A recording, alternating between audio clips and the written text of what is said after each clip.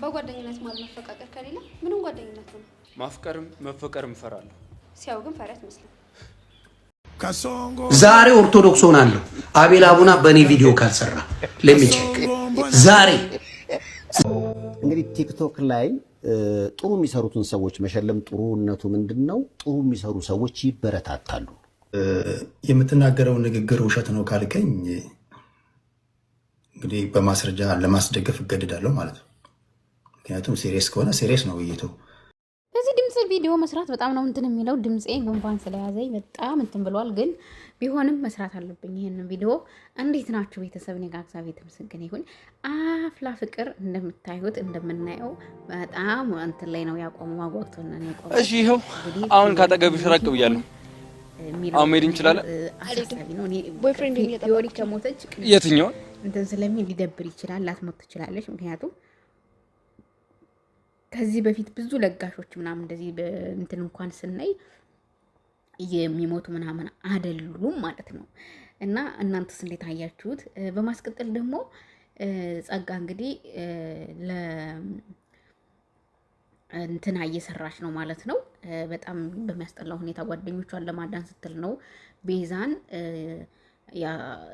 ደፋሪው ሰውዬ እንዳይደፍራት ስትል ነው ራሷንን እንደዚህ አይነት ነገር ውስጥ የከተተችው። እስኪ እናንተ ይሄን በዚህ ድራማ ላይ ያላችሁን ሀሳብ አስቀምጡ። እንደኔ ፊዮሪ ከሞተች ድራማ ያስጠላል። ቦቼ ደግሞ መቼ ነው የሚመጣው ይመጣል እየተባለ ነው። እዚህ ድራማው ላይ እንደዚህ እንደሄደ አይቀርም። ተመልሶ ወደ አፍላ ፍቅር እንደሚመለስ በተደጋጋሚ ጊዜ ተናግሯል ማለት ነው። እንግዲህ እሱ እስከሚመጣ ድረስ አሁንም ቢሆን ብዙ አይደብርም።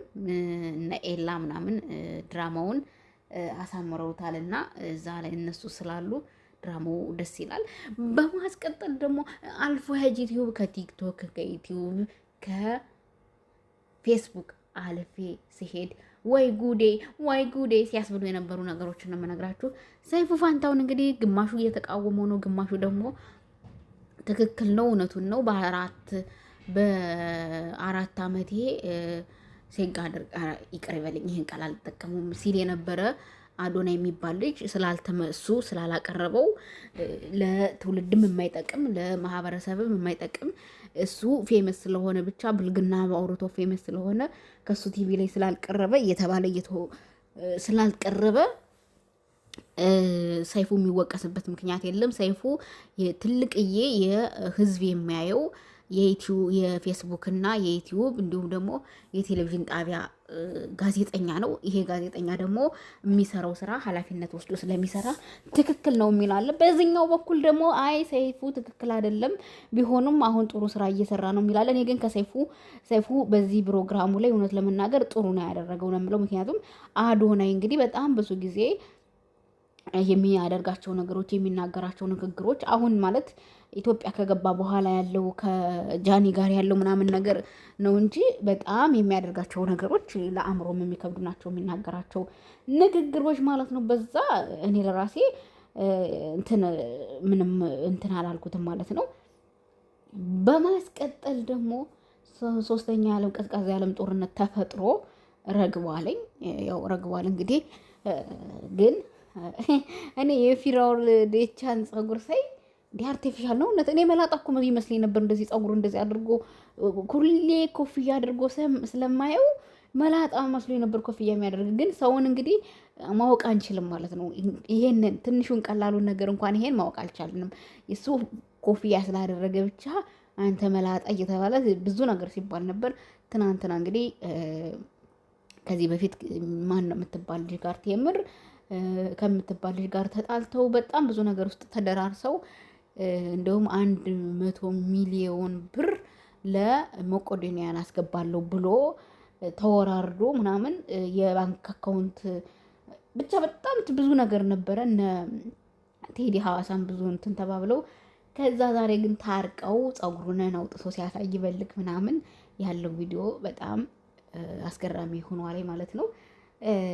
ብዙ ሰዎች ነው የተደነቁት። እንደዚህ አይነት ጸጉር ያለው እንደዛ አይነት ጸጉር ያለው አይመስለንም ነበርና ግን ያው በሱ መቄዶንያን በዚህ ስም ስለተነሳ ስማቸው ከተነሳ ይቀር ለተወሰነ ገቢ ማሰባሰቢያ አድርገን አዋተን እርስ በርሳችን ለመቄዶንያ ማስገባት አለብን በሚል 100 ሚሊዮን ብር ቀርቶ በዛ አይነት ነገር ተስማምተዋል። እንደውም 300 ሚሊዮን ዶላር መሰለኝ አካውንት ውስጥ አሳየ እየተባለ ለመጀመሪያ ጊዜ እየተባለ ፍራኦል እንግዲህ እንትን እየተባለለት ነበር። በማስቀጠል ደግሞ ወይኔ ዘንድሮ ጥራኝ 2018 ነው አይደለ? ዮኒ ማኛው ወደ ፕሮቴስታንት እምነት የተቀለወጠው አሁን 2018 አንድ አመት እንኳን 8 ወር 7 ወር ነው ሲል ነው የሰማሁት። ታፈንኩ ልፈነዳ ነው አለ። ሀሳብ መስጠት አልችልም፣ ምን ለማለት አልችልም። ወንጌላችሁን ቀቅላችሁ ነክራችሁ ብሉት። ከዚህ በኋላ እኔ ኦርቶዶክስ ሆናለሁ ብሎ ስንት ጊዜ ነው እንዴ የሆነው? ስንት ጊዜ ኦርቶዶክስ የሆነው እናንተ ሰዎች? ወይኔ ጉዴ የሚለውን ዜማ መስፈን ነው። እና እዚህ በኋላ በቃኝ ብሎ ዛሬ ኦርቶዶክስ ሆናለሁ አቤል አቡና በእኔ ቪዲዮ ካልሰራ ለሚቸክ ዛሬ ኦርቶዶክስ ሆናለሁ። ጌታ ምስክር፣ ዛሬ ኦርቶዶክስ ሆናለሁ አቤል አቡና በእኔ ቪዲዮ ካልሰራ ለሚቸክ። ይኸው አሁን እያያችሁ ዛሬ ኦርቶዶክስ ሆናለሁ ለሚቸክ።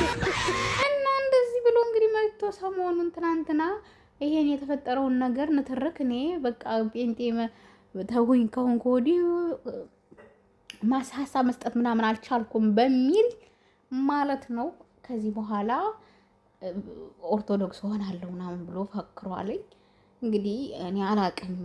እኔ አንዳንዴ በቃ በጣም ከባድ ነው። መጀመሪያ ኦርቶዶክስ ነበር፣ ከዛ ጴንጤ ሆነ፣ ከጴንጤ ደግሞ ሙስሊም ሆነ፣ ከሙስሊም ደግሞ ኦርቶዶክስ ሆነ፣ ከኦርቶዶክስ ደግሞ ጴንጤ ሆነ። አሁን ተመልሶ ደግሞ ወደ ኦርቶዶክስ ሊመጣ ነው ማለት ነው። እግዚአብሔር አድነን ነው የሚባለው። እንግዲህ ቲክቶክ ዓለም ላይ ደግሞ በጣም ብዙዎቹ በጣም ጌም ይጫወታሉ። ያው ጌም በመጫወት ብዙ አይነት እንትን ስራ እንደ ስራ አድርገው ተቆጥሮ ማለት ነው። ስራ ተብሎ ስራ እንደው ስራ ሆኖ ማለት ነው ጌም የሚጫወቱ ልጆች አሉ። ማለት በቃ ስራቸውን ጥለው እኛ ማዳም ቤት ወይም ደግሞ ሌላ ቦታ እንደምንሰራው እነሱም ስራዬ ጉዳዬ ብለው ይሄንን ስራ የሚሰሩ ልጆች ብዙ ሰዎች አሉ። እንዲሁም ደግሞ ከስራቸው ጎን ለጎን ረፍት ሰዓታቸውን የሚጠቀማሉ። ሰሞኑን ሀቢባ እንግዲህ ጌም እየተጫወተች አላወቀችም።